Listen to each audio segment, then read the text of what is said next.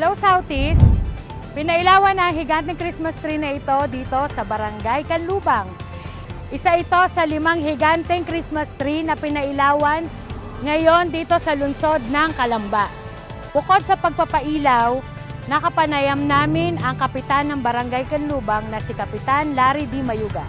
Hiling niya ang pagkakaisa at pagpapatawaran ngayong darating na Kapaskuhan. Mula naman nung ako ay umupo bilang kapitan, ay wala po tayong kinaaway o wala po tayong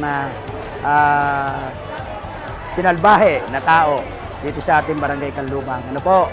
Kaya doon, ang mensahe ko po doon sa mga naninira at nagsasalita, magkaroon tayo ng isang mapayapa at magkaroon tayo ng isang pagbibigayan at pagmamahalan ngayong Kapaskuhan.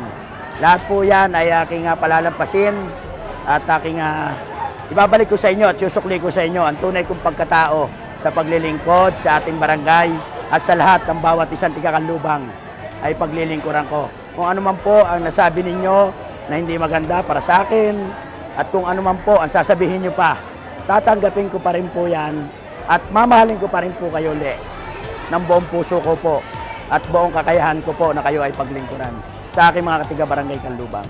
Ito po si Miss Kay ng South Post PH, Team South Post, Tatak South Post.